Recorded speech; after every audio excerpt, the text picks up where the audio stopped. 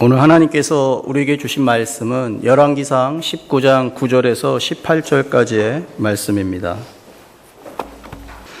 엘리야가 그곳 굴에 들어가 거기서 유하더니 여호와의 말씀이 저에게 임하여 이르시되 엘리야야 네가 어찌하여 여기 있느냐.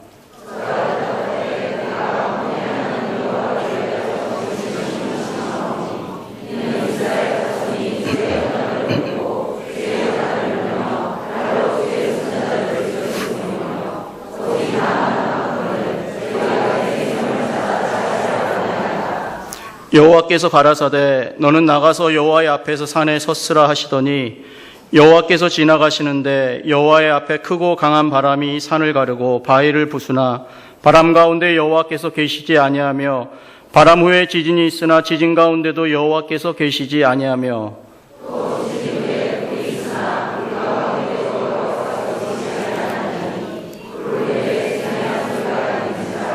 엘리야가 듣고 겉옷으로 얼굴을 가리우고 나가 굴 어귀에 섬에 소리가 있어 저에게 임하여 가라사대 엘리야야 네가 어찌하여 여기 있느냐.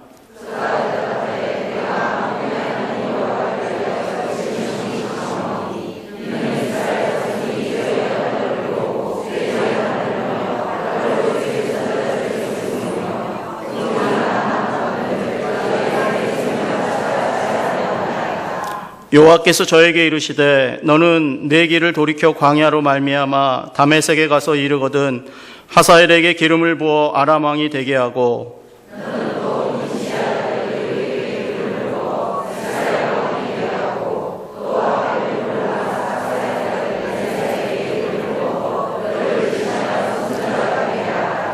하사엘의 칼을 피하는 자를 예후가 죽일 것이요 예후의 칼을 피하는 자를 엘리사가 죽이리라.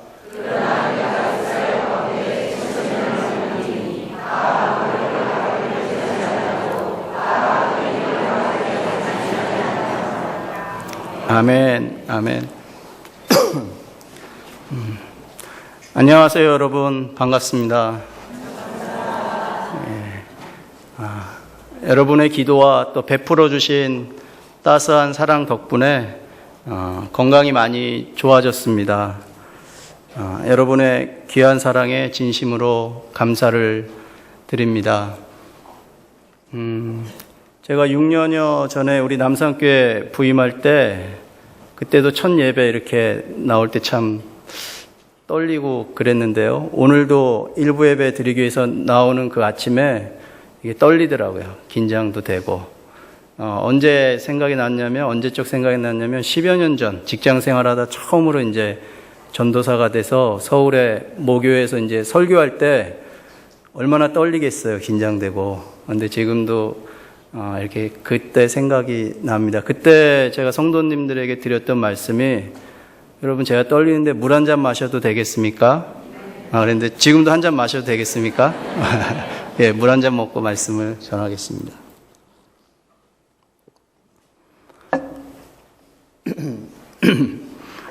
제가 여러분께 한 가지 질문을 드리도록 하겠습니다. 우리 PPT로 한번 띄워주시면 국가를 이루는 3대 요소는 무엇일까요? 예, 우리 공부를 다 잘하셔서 다 답을 말씀해 주셨는데요. 그렇습니다. 국민, 영토, 주권 이 세 가지죠. 창세기 12장에 보면 하나님께서 아브라함을 부르시는 장면이 나옵니다. 하나님께서는 아브라함이라는 한 사람을 통해 당신이 원하시는, 당신이 이루시고자 하는 국가를 만들어가기 시작합니다. 국가를 만들기 위해 필요한 3대 요소 중 첫 번째는 국민이죠. 먼저 국민이 필요합니다. 그래서 하나님은 아브라함의 후손들로 하여금 생육하고 번성하게 하셨습니다. 요셉이 애굽의 총리로 있을 때 이스라엘 자손들의 수는 몇 명이었습니까? 네, 70명이었습니다. 그런데 출애굽할 당시 이스라엘 자손의 수는 성경에 무려 장정만 60만 명이었다 이렇게 기록되어 있습니다. 한 가정에 우리 4식구라고 생각했을 때 240만 명이나 되는 숫자입니다. 아브라함 한 사람으로 시작된 국민의 수가 무려 200만 명 이상으로 번성하게 된 것입니다. 다음은 영토입니다. 국가를 만들기 위해 필요한 3대 요소 중 두 번째는 영토입니다. 국가 다음으로는 영토가 필요합니다. 우리들이 잘 알다시피 이스라엘은 원래 땅이 없는 그런 나라였습니다. 하나님께 부르실 받을 당시 아브라함은 갈대아 우르라는 지역에 살고 있었습니다. 그런데 하나님께서는 아브라함으로 하여금 갈대와 우르를 떠나 하나님 당신이 지시하신 땅으로 가라고 명령하십니다. 하나님께서는 왜 이런 명령을 하셨을까요? 우리 창세기 15장 7절 말씀인데요. PPT를 통해서 우리 다 같이 한번 읽어보시죠. 시작. 또 그에게 이르시되 나는 이 땅을 내게 주어 업을 삼게 하려고 너를 갈대아 우르에서 이끌어낸 여호와로라. 아멘. 하나님께서 아브라함에게 갈대아 우르를 떠나라고 명령하셨던 이유는 가나안 땅을 그와 그 후손에게 주시기 위함이었습니다. 이제 하나님의 원대한 꿈은 시작이 됩니다.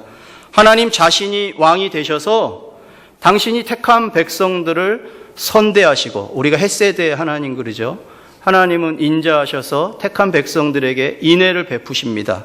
또한 그 백성들로 하여금 하나님을 찬양하고 예배하는 그런 신정 국가를 이루어가기 시작하신 것입니다. 그런데 문제는 바로 여기서 시작이 됩니다. 하나님이 원하시는 국가, 즉 신정 국가를 이루기 위해 국민과 영토가 준비가 되었는데 가장 중요한 주권이 계속 문제를 일으키는 것입니다. 국가를 만들기 위해 필요한 3대 요소 중 세 번째는 주권입니다. 출애굽 후 이스라엘 백성들은 시내산에서 하나님과 언약을 맺습니다. 그 언약의 중심은 바로 십계명입니다. 십계명의 첫 번째 계명이 무엇입니까? 그것은 바로 너와 나 외에 다른 신들을 너에게 두지 말라라는 말씀입니다. 한 국가의 토대가 되는 것이 바로 법입니다. 그 법에 의해 국가의 질서가 유지되게 됩니다. 이스라엘에도 국가의 질서를 유지하기 위한 법이 만들어졌습니다. 그것이 바로 십계명을 포함한 율법인 것입니다. 십계명의 첫 번째 계명에는 하나님이 이스라엘을 친히 다스리시고 통치하시는 왕이시라는 의미가 내포되어 있습니다. 이것은 이스라엘이라는 국가의 주권이 누구에게 있냐면 하나님께 있음을 말해주고 있는 것입니다. 시내산에서 하나님과 언약을 맺은 이스라엘 백성들은 이렇게 고백했습니다. 여호와께서 말씀하신 모든 것을 우리가 준행하겠습니다. 출애굽기 24장 3절 말씀인데요. 우리 다 같이 PPT 통해서 한번 읽어보면 좋겠습니다. 다 같이 읽겠습니다. 모세가 와서 여호와의 모든 말씀과 그 모든 율례를 백성에게 고하매 그들이 한 소리로 응답하여 가로되 여호와의 명하신 모든 말씀을 우리가 준행하리이다. 아멘. 이 고백 속에는 하나님, 우리의 주권이 나에게 있지 않습니다. 우리에게 있지 않습니다. 우리의 주권은 하나님께 있습니다. 우리는 하나님 말씀하시면 그 말씀에 순종하겠습니다. 라는 의미가 담겨 있다고 할 수가 있습니다. 주권이 하나님께 있다고 고백하는 것은 하나님이 허락하신 그 땅에서 하나님의 뜻대로 살겠다는 것을 의미하는 것입니다. 하나님께서는 당신이 사랑하는 백성을 택하셨고 그리고 그들에게 아름다운 땅도 주셨습니다. 젖과 꿀이 흐르는 그 땅을 주셨습니다. 그 땅에서 택함 받은 백성은 하나님의 뜻대로 순종하며 살아가야만 되는 것이었습니다. 그런데 그들은 그렇지 못했습니다. 오늘 본문의 배경, 우리가 함께 읽은 열왕기상 19장 또는 그 전후 모든 말씀을 보면은 하나님의 주권을 인정하지 않는 사람들과 하나님의 주권을 인정하는 한 사람의 이야기가 중심을 이루고 있습니다. 하나님의 주권을 인정하지 않는 사람들은 아합 왕을 비롯한 당시의 이스라엘 백성들이었습니다. 그들은 하나님의 뜻대로 살지 않았습니다. 대신 그들은 바알이라는 신을 섬기며 살았습니다. 반면 하나님의 주권을 인정한 한 사람이 있었는데 그 사람의 이름은 바로 엘리야였습니다. 엘리야는 당시 시대의 흐름을 따라 사는 사람이 아니었습니다. 모든 사람이 바알 신이 주는 풍요를 따라 살아갈 때 그는 오직 하나님의 주권을 인정하며 살았던 사람이었습니다. 그런 그가 바알의 선지자 450명과 아세라의 선지자 400명을 불러 모읍니다.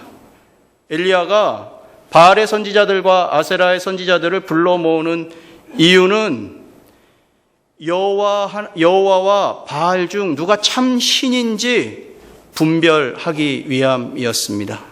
그들을 불러 모은 장소는 갈멜산입니다. 우리 PPT를 통해 한번 지도를 보시면 저 갈멜산이 보이시죠? 이 갈멜산은요, 이스라엘의 북서쪽에 있는 산입니다. 이곳은요, 바알 신을 숭배하는 사람들의 본고지라고 해도 손색이 없는 곳인데요. 왜냐하면 그 갈멜산 바로 위쪽 그 페니키아 지역이거든요. 신약에 보면 두로, 시돈 이렇게 하는데 그 지역이 바알을 이렇게 숭배했던 지역이라고 할 수 있습니다. 그리고 아하방과 결혼한 이세벨이 저 두로 항구 도시인데요. 두로의 공주였습니다. 그러니까 그곳에서 이렇게 많은 바알을 숭배하는 그 선지자들이 뭐 850명이나 있었다고 이렇게 성경은 기록하고 있는데요. 그곳에 엘리야는 혈혈단신, 이방신의 본고지를 찾아갑니다. 그리고 그곳에서 바알의 선지자 450명, 또 아세라의 선지자 400명, 합하여 850명과 대결을 벌입니다. 엘리야는 바알의 선지자들과 대결을 벌이는 가운데 그것을 구경하는 백성들에게 이렇게 외쳤습니다. 우리 PPT 한번 보여주시겠어요? 이렇게 외칩니다. 너희가 어느 때까지 두 사이에서 머뭇하려느냐? 여호와가 만일 하나님이면 그를 좇고 바알이 만일 하나님이면 그를 좇을지니라. 엘리야의 외침 속에서 그 당시의 시대적 흐름을 감지할 수가 있습니다. 대부분의 이스라엘 백성들이 하나님을 섬긴다고 하면서 바알이 주는 풍요를 따라갔던 것입니다.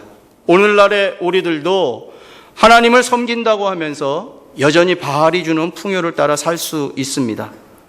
그렇기 때문에 하나님의 주권을 인정하지 않고 또 하나님의 뜻이 아닌 세상으로 쫓아온 육신의 정욕과 안목의 정욕과 이생의 자랑을 따라 살아갈 수 있다는 것입니다.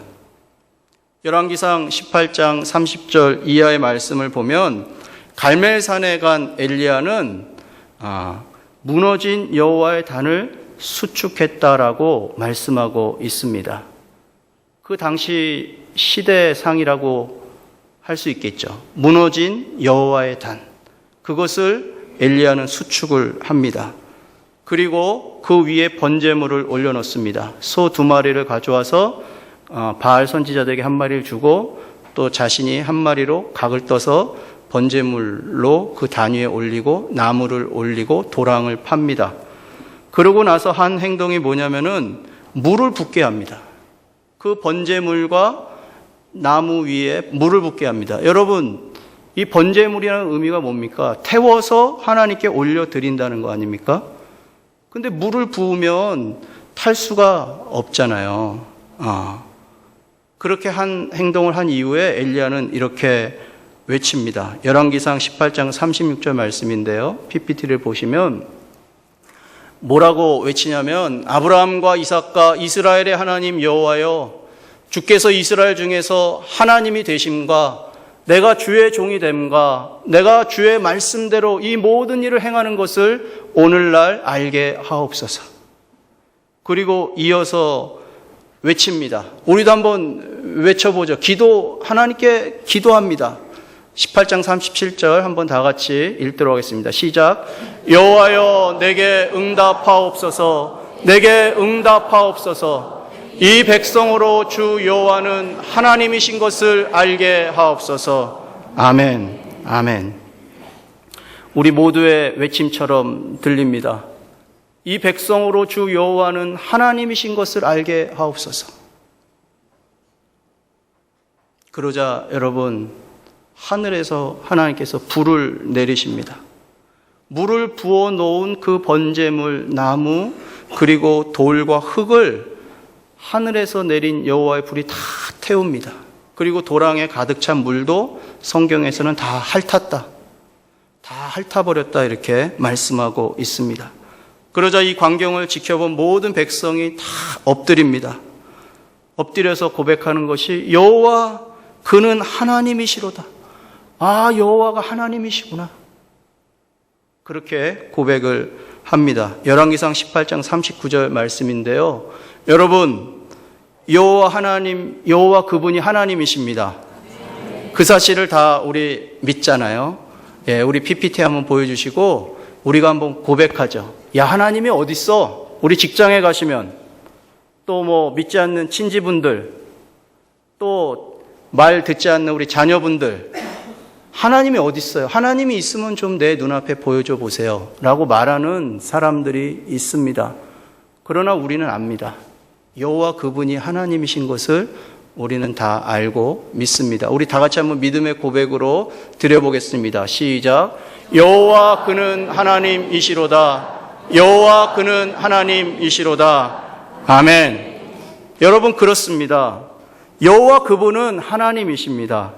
그 하나님을 믿으며 살아가는 사람이 믿음의 사람이요 하나님의 사람인 것입니다. 여호와의 불이 내리는 것을 통해 엘리야는 하나님이 살아계심을 증명하였습니다. 그러나 그 순간 엘리야는 생명에 대한 협박을 받게 됩니다. 엘리야를 협박한 사람은 다름 아닌 이세벨이었습니다. 아까 말씀드린 것처럼 이세벨은 당시 북이스라엘의 왕 아합의 아내였죠. 바알 숭배가 성행했던 그 페니키아 두로의 공주로서 어려서부터 바알 신을 숭배했던 그런 여인이었습니다. 이 850명의 선지자가 엘리야에 의해 죽임을 당했다는 소식을 듣고 분해합니다. 이 이세벨이 내가 이 엘리야를 죽이겠다라고 호언장담하는 것이죠.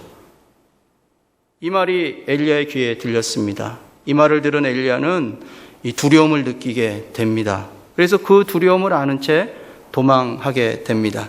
엘리야가 도망한 장소는 하나님의 산이라고 불리는 호렙산이었습니다. 호렙산은요, 시나이 반도, 그러니까 시내 반도죠. 이스라엘 백성들이 출애굽할 때 거쳐갔던 그 시내 반도 남쪽에 있는 산이었는데요. 죄송한데 지도를 한 번 더 보여주시겠어요? 예, 저기 갈멜산에서 이렇게 부엘세바까지 내려옵니다. 그리고 부엘세바에서 호렙산까지 한참을 가야만 됩니다. 그러니까 우리나라는 백두에서 한라까지 이렇게 표현하잖아요. 이 대한민국의 어떤 그런 지형을. 근데 이스라엘은 저 북쪽의 단에서부터 부엘세바까지, 그러니까 성경 곳곳을 보면 단에서부터 부엘세바까지 이런 표현을 사용합니다. 그러니까 거기가 이스라엘의 땅이에요. 지형인 것이, 영토인 것입니다.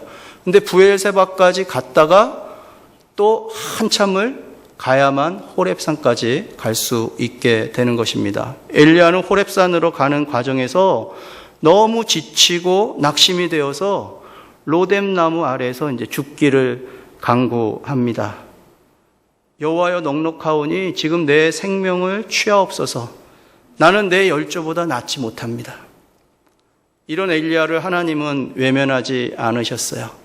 저 부엘세바 보이시죠? 지도에 로뎀 나무에서 죽기를 구함이라고 이렇게 표시를 했는데요. 아마 개역 개정을 가지고 계신 성도님께서는 네게부라는 표현으로 이렇게 기록되어 있을 거예요. 그러니까 네게부면 이제 사막, 그러니까 사막 지형입니다. 먹을 것도 하나도 없는 사막 지역을 원어상으로 그냥 네게부, 부엘세바 이렇게 표현하고 있다고 볼 수 있을 것입니다.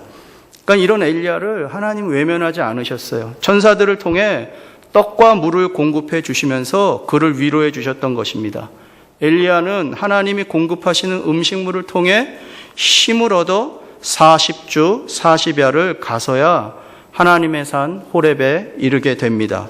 그리고 한 동굴에 들어가 그곳에 머무르게 되는 것이죠. 여러분, 이때 엘리야의 심정이 어떠했을 거라고 생각하십니까? 하나님의 뜻대로 살며 바알의 선지자들을 진면시켰던 그런 엘리야였습니다.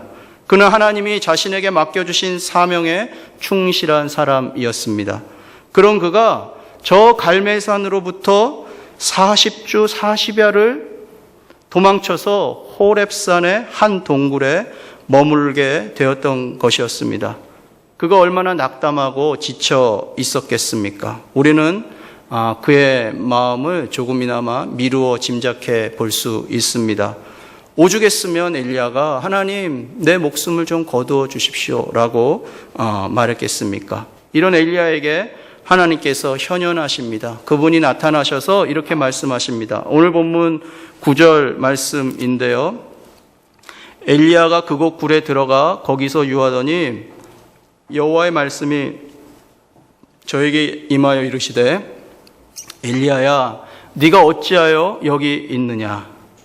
호렙산 한 동굴에 머물러 있던 엘리야에게 하나님께서 하신 질문. 엘리야야 네가 어찌하여 여기 있느냐. 하나님의 질문에 대하여 엘리야가 대답합니다. 10절 말씀인데요. 우리 PPT 통해서 같이 한번 읽어보실까요? 시작. 저가 대답하되 내가 만군의 하나님 여호와를 위하여 열심히 특심하오니 이는 이스라엘 자손이 주의 언약을 버리고 주의 단을 헐며 칼로 주의 선지자들을 죽였음이오며 오직 나만 남았거늘 저희가 내 생명을 찾아 취하려 하나이다. 하나님의 주권이 삶의 우선이었던 엘리야, 그리고 하나님의 뜻에 순종했던 엘리야, 그런 엘리야가 지쳐 있습니다.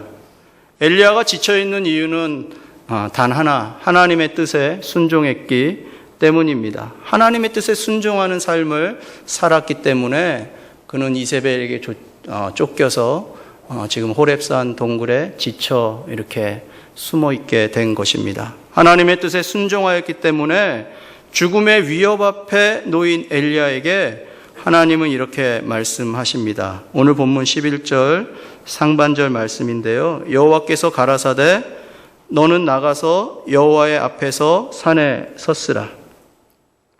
하나님께서 동굴에 이렇게 숨어서 있는 엘리야에게 너는 여호와의 앞에서 산에 섰으라 라고 말씀하십니다.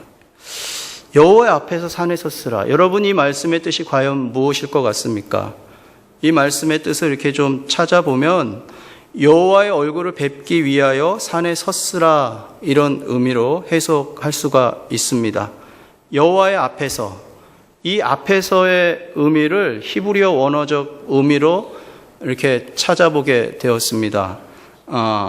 그 사전에 보면 파님이라고 나와 있는데요. 거기에 뜻은 뭐냐면 얼굴입니다. 영어로 face 이렇게 됩니다. 그러니까 다시 말해서 여호와의 앞에서 산에 섰으라라는 이 말씀은 여호와의 얼굴을 뵙기 위하여 굴에서 나와서 산에 서라 이런 말씀인 것입니다. 여호와의 얼굴에 관하여 좀 찾아보니까 민수기 6장 26절 말씀 한번 PPT로 보여주시겠어요? 여호와는 그 얼굴을 내게로 향하여 드사 평강 주시기를 원하노라 이런 말씀이 있습니다. 여호와의 얼굴, 은혜의 표시라고 할 수 있는데요. 하나님이 얼굴을 드시거나 그의 얼굴을 이스라엘에게 이렇게 탁 비추시면 그로 말미암아 이스라엘은 평강을 받게 된다는 것입니다. 또 우리가 시편을 묵상해 보면 시편 기자가 이렇게 기도하죠. 하나님, 주의 얼굴을 내게서 돌리지 마옵소서. 당신의 얼굴을 외면치 마옵소서. 이런 기도 간구가 나옵니다. 또한 성경은 인간이 여호와의 얼굴을 보면 죽게 된다고 말씀하고 있습니다. 우리 출애굽기 19장 21절인데요. 여호와께서 모세에게 이르시되 내려가서 백성을 신칙하라. 그러니까 이제 십계명과 율법을 수요하시는 하나님, 그 신의 산 위에서, 그러니까 백성들은 그 여호와를 보고 싶어서 막 올라가려고 그래요. 올라가려고 그래요. 그러니까 하나님께서 모세에게 뭐라고 하시냐면 내려가서 백성을 신칙해라. 백성이 돌파하고 나 여호와께서 와서 보려고 하다가 많이 죽을까 하노라. 그러니까 이스라엘 백성들은 여호와의 얼굴을 보면 죽는다. 이렇게 생각했던 것 같습니다. 그렇기 때문에 오늘 본문 13절 말씀해 보시면 엘리야가 듣고 겉옷으로 얼굴을 가리우고 나가 굴 위에 서매. 그러니까 이 말씀이 이제 이해가 되는 거예요. 엘리야가 겉옷으로 얼굴을 가리고 밖으로 나간 이유가 그렇구나. 여호와의 얼굴을 뵈면 내가 죽을 수도 있다라고 생각했기 때문에 그 겉옷으로 얼굴을 가렸구나. 우리가 이렇게 이해할 수 있게 되는 것입니다.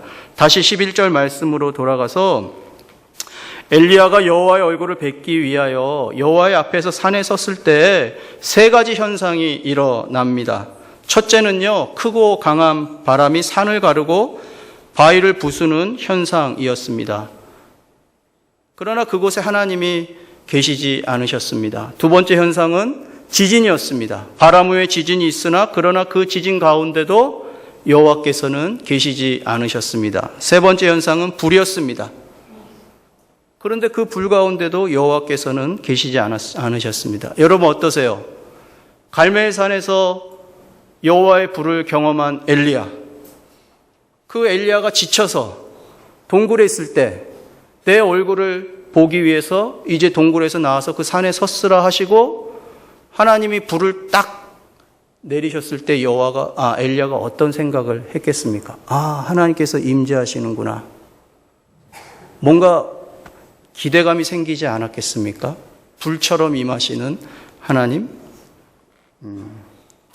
그런데 하나님께서는 그렇게 임하지 않으셨습니다. 바람 가운데, 지진 가운데, 불 가운데도 여호와께서는 임하지 않으셨습니다. 11절과 12절 말씀을 자세히 보면 이런 말씀이 반복돼서 나옵니다. 우리 PPT 한번 보여주시겠어요? 여호와께서 계시지 아니하며라는 말씀이 3번 반복해서 나오는 것을 보게 되는데요. 자, 보세요. 여호와께서 가라사대 너는 나가서 여호와의 앞에서 산에 섰으라 하시더니 여호와께서 이제 지나가십니다. 마치 모세에게 지나가시듯이 여호와께서 지나가시는데 여호와의 앞에 크고 강한 바람이 산을 가르고 바위를 부숩니다. 바람 가운데 여호와께서 계시지 않으십니다. 그 바람 후에 지진이 있습니다. 지진 가운데도 여호와께서 계시지 아니하십니다. 또 지진 후에 불이 있습니다. 그런데 불 가운데도 여호와께서 계시지 않으십니다. 엘리야는 바람과 지진과 불이라는 자연 현상 속에서 하나님의 임재를 기대했을 것입니다. 그의 기대감이 얼마나 컸겠습니까? 기대감이 컸던 만큼 실망감도 컸을 것입니다. 여러분도 혹시 그런 생각을 하고 계실지 모르겠어요. 우리가 신앙생활하면서 불처럼 막 뜨겁게 하나님을 경험하면 내가 지치고 힘들고 낙심될 때 또다시 그렇게 불처럼 하나님을 경험하기를 원하는 마음이 우리 안에 많이 있죠. 과거 갈멜산에서 불로 임하셔서 그 물에 젖은 모든 것을 다 태우고 핥으신 하나님께서 내 삶에도 그렇게 임하셔서 또다시 그렇게 불처럼 내 삶을 뜨겁게 해주시지 않을까 하는 기대감이 있을 수 있습니다. 근데 하나님은 그렇게 임하시지 않으셨어요. 불 후에 세미한 소리가 있는지라 우리 방송실에서 아주 친절하게 빨간색으로 이렇게 해주셨는데 감사합니다. 이렇게 보이지 않는 곳에서 성실하게 이렇게 섬겨주시는 귀한 분들 감사드립니다. 불 후에 세미한 소리가 있었다는 겁니다. 그러면서 하나님이 13절 하반절에 보시면 뭐라고 말씀하시냐면 가라사대 엘리야야 네가 어찌하여 여기 있느냐. 똑같은 질문을 또 하세요. 여러분 하나님은 왜 2번이나 엘리야에게 똑같은 질문을 하시는 것일까요? 과거 갈멜산에서 뜨거운 불로 임재하신 하나님을 경험한 엘리야에게 하나님은 불처럼 임하시는 뜨거운 불의 하나님이셨죠. 그러나 지쳐있는 엘리야에게 하나님은 뜨거운 불처럼 임하시지 않으셨습니다. 하나님께서 처음 엘리야에게 엘리야야 네가 어찌하여 여기 있느냐라고 질문했을 때 엘리야는 이렇게 마음속으로 생각하면서 마음속으로 대답했을 것 같아요. 이건 제 생각입니다. 엘리야야 네가 어찌하여 이 호렙산 동굴에 있느냐라고 하셨을 때 하나님 다 아시면서 그런 질문하세요. 하나님 때문에 제가 지금 여기에 있잖아요. 왜 그러세요 하나님 다 아시면서.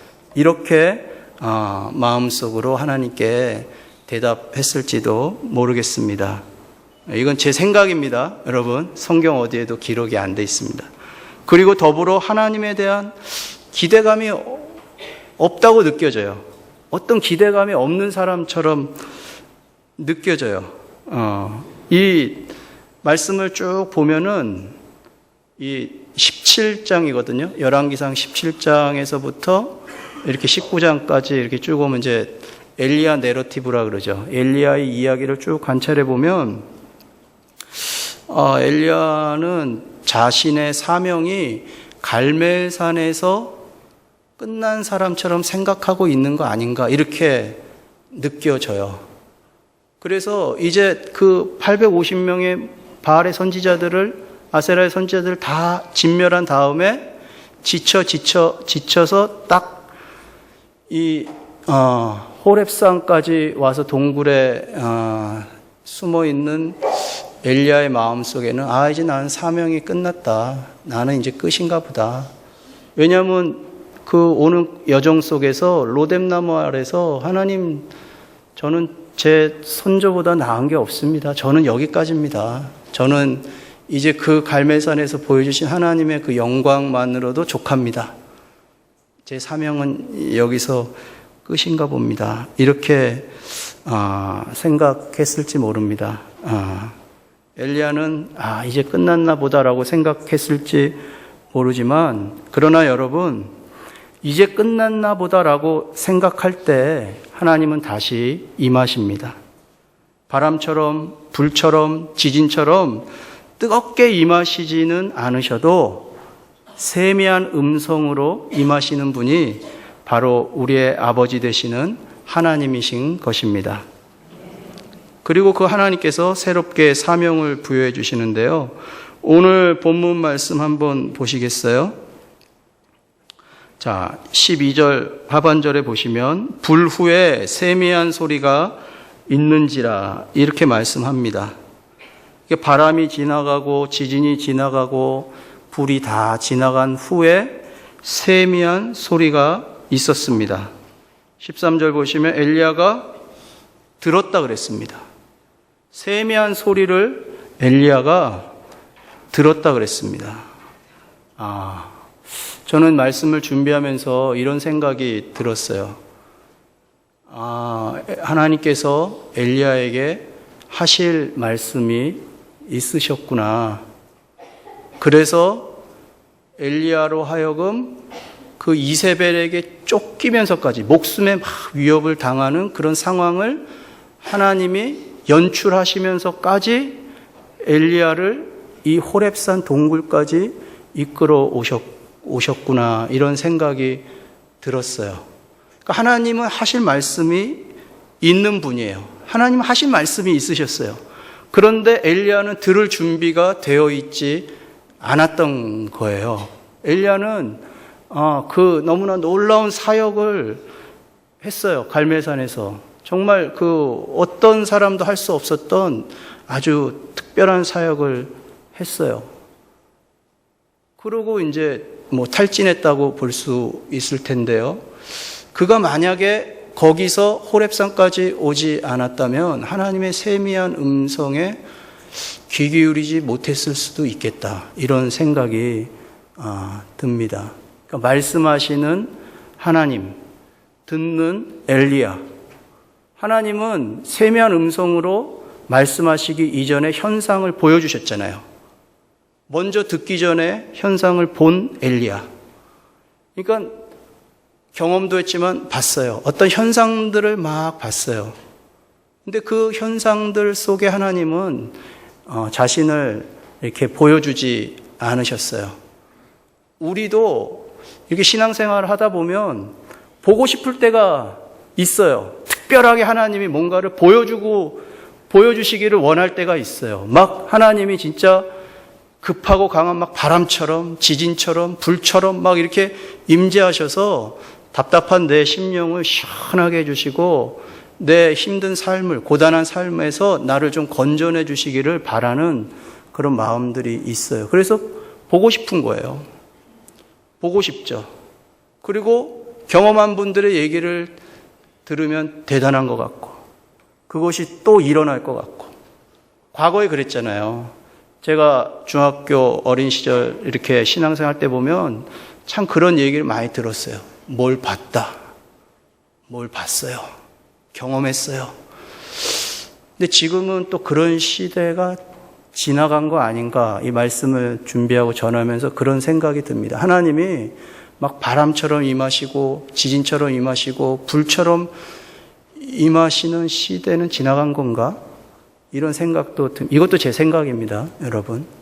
그런 생각이 듭니다. 근데 여전히 우리는 그런 것들을 기대하고 있죠. 바람처럼 불처럼 지진처럼 하나님이 임하시면 좋겠다. 이런 생각이 드는데 하나님의 계획은 세미한 음성으로 엘리야에게 말씀하시기 위함이셨어요. 여러분 그 세미한 음성을 들을 그 영적 귀가 이렇게 항상 열어놓고 살고 계신가요? 하나님의 세미한 음성. 나에게 뭔가 말씀하고 싶어서 나를 이렇게 고단한 곳으로 막 이렇게 가시는데 나는 자꾸 보고 싶어서 뭔가 특별한 것이 어떤 특별한 현상이 나타나기를 원해서 거기에 막 나는 내 눈은 거기에 다 초점이 가 있는 건 아닌가 이런 생각을 해보게 됩니다. 근데 하나님께서는 나의 얼굴을 보기 위해서 이렇게 산에 섰으라 하신 다음에 그 다음에 세미한 음성으로 다가오십니다. 여러분 듣는 게 참 중요한 것 같습니다. 하나님의 음성을 세미한 음성을 듣는 게 참 중요한 것 같습니다.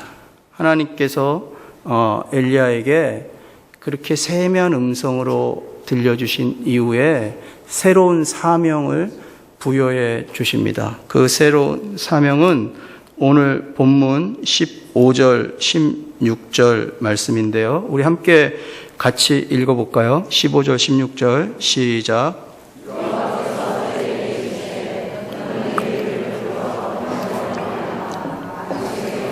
이르거든 하사엘에게 기름을 부어 아람 왕이 되게 하고 너는 또 님시의 아들 예후에게 기름을 부어 이스라엘 왕이 되게 하고 또 아벨 모올라 사밧의 아들 엘리사에게 기름을 부어 너를 대신하여 선지자가 되게 하라. 아멘. 하나님께서 엘리야에게 주신 새로운 사명입니다. 죄송한데 그 지도를 한 번만 더 보여주시면 감사하겠습니다. 하나님께서 엘리야에게 다메섹으로 가라고 말씀하셨습니다. 여러분 지도상에 보시면 갈멜산보다 더 북쪽에 있잖아요. 저 아람 지역, 다메섹, 그곳까지 지금의 시리아 지역이라고 할 수 있는데 그곳까지 하나님이 달려가라는 겁니다. 그곳에서 하나님께서 아람 왕 하사엘에게 기름을 부어서 아람 왕이 되게 하라 이렇게 말씀하시고 그 다음에 북이스라엘의 왕 님시의 아들 예후에게 기름을 부어 북이스라엘의 왕을 세워라. 그리고 엘리사에게 기름을 부어 너의 후계자가 되게 하라. 이렇게 이제 하나님이 말씀하십니다. 여러분 이 세 사람은 당시 역사의 주인공이었습니다. 오늘 설교 제목이 역사의 주인공인데요. 하나님께서 엘리야에게 주신 새로운 사명은 역사의 주인공을 세우라는 것입니다. 기름을 부으라는 표현, 이렇게 이해하시면 좋을 것 같아요. 우리가 예수님을 믿을 때 성령의 기름이 부어진다 이렇게 말씀하고 있어요. 그러니까 성령으로 말미암아 예수님을 주로 고백하고 신앙의 삶을 살면서 성령이 내주하심으로 말미암아 성령의 열매를 맺게 되는 거죠. 그래서 이제 이 엘리야가 이 성경에 보면 이렇게 다가오는 느낌은 그렇게 지쳐서 아이고 제 생명을 좀 거둬주세요라고 이렇게 하나님께 간구했던 엘리야가 저 온 길보다 더 먼 길을 가야 됨에도 불구하고 이렇게 지쳐있는 모습이 느껴지지 않습니다. 오히려 힘있게 달려가는 그런 엘리야의 모습을 보게 됩니다. 여러분, 우리에게 있어 역사의 주인공은 누구겠습니까? 우리의 자녀들, 또 이제 손주분들이 많이 이렇게 있으신 것 같은데요. 우리 자녀를 통해서 하나님이 주신 기업, 성경에는 이 자녀를 기업이라고 표현하는데 이 아이들, 손자, 손녀들, 그리고 교회에서 가르치는 교회학교 아이들, 또 우리가 제자 훈련하는 영혼들, 이 모든 분들에게 복음을 전해서 그들이 예수님을 성령으로 말미암아 주로 고백하게 되어서 하나님의 나라를 계속 세워가라는 거죠. 하나님의 나라가 오늘 18절에 보시면 이런 말씀이 있잖아요. 이스라엘 가운데 7천인을 남기리니 다 무릎을 바알에게 꿇지 않고 다 그 입을 바알에게 맞추지 아니한 자니라.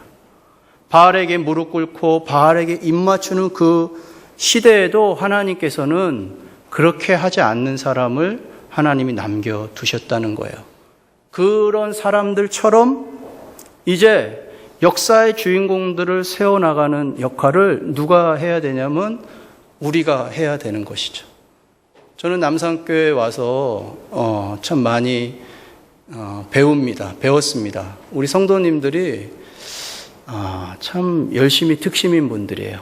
정말 하나님을 잘 섬기시는, 그러니까 오히려 목회자지만 성도님들에게 많이 배우고 또 존경심도 갖고 있습니다. 여러분 혹시 엘리야처럼 열심히 특심이셔서 열심히 신앙생활 하다가 막 불도 경험하고 특별한 것들을 경험했는데 이제는 지쳐서 낙심해가지고 나만의 동굴에 들어가서 아유 나는 이제 끝인가 보다, 이제 손 놓고 주님 제 생명을 좀 걷어가 주세요, 이런 기도를 드리는 분이 계신지 모르겠어요. 너무 지치고 힘들어서 그럴 때 있어요. 특히 잠잘 때 누워서 옆에 있는 남편이나 아내에게 아유 나는 이만하면 됐다, 이제 하나님이 날 좀 거두어 가시면 좋겠다. 제 아내가 가끔 그런 얘기 할 때가 있어요. 그럼 겁나요. 왜 나를 놔두고 먼저 가려고 그러나. 그래요. 그게 지치고 힘들면 우리가 그런 생각이 들 수 있고 그런 마음으로 기도할 수도 있습니다. 그런데 오늘 하나님께서 엘리야 말씀을 통해서 우리에게 새로운 사명이 있다라고 말씀하고 계십니다. 이 시대 교회가 조롱받고 손가락질 당하고 멸시당하는 이 시대에 여전히 하나님의 나라는 왕성해질 거다라고 하나님은 말씀하시고 하나님은 그렇게 역사를 이끌어 가실 것입니다. 그 왕성한 하나님의 나라를 세워가는 기초가 누구냐면은 이제 우리 믿음의 자녀들인 거예요. 그 자녀들이 역사의 주인공이다. 아이고 얘가 커서 뭐가 될래나? 그렇게 생각하지 마십시오. 그렇게 생각했던 사람 중에 한 사람이 접니다. 제가 여기서 목회자가 됐잖아요. 어렸을 때 아이고 지능이 제가 뭐가 될래나 이렇게 생각했는데 하나님께서 성령으로 기름 부으시고 예수 그리스도로 말미암아 목회자가 돼서 영광스럽게도 여러분 앞에 말씀을 전하는 그런 사람이 되었습니다. 함부로 우리가 판단하고 정죄하거나 그러면 안 됩니다. 우리의 자녀들, 어린 세대들을 이렇게 가둬두면 안 돼요. 우리의 인식 안에 이렇게 가둬두면 안 됩니다. 아, 얘는 안 될 거야. 내가 아무리 봐도 얘는 안 될 거야. 그런데 저는요, 어렸을 때 기도하시는 선생님이나 권사님들이 아이고, 지능이 너무 커서 잘 될 거야. 너 커서 목회자 돼야지.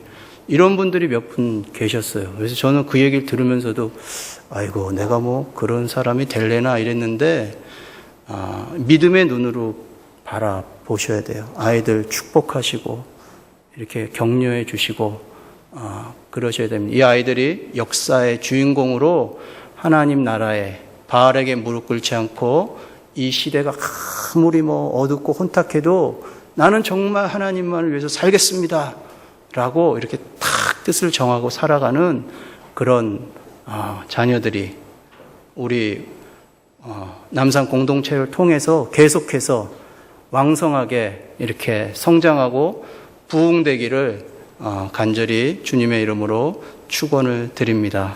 아멘. 이 시간에는 잠깐 이 말씀을 우리가 의지해서 짧게 기도하면 좋겠습니다. 하나님, 저에게 새로운 사명을 부여해 주신다면 제가 그 사명 붙잡고 역사의 주인공을 세우는 그런 사명 감당해 나가기 원합니다. 이렇게 우리 하나님 앞에 간구하면서 나아가기를 원합니다. 함께 기도하겠습니다.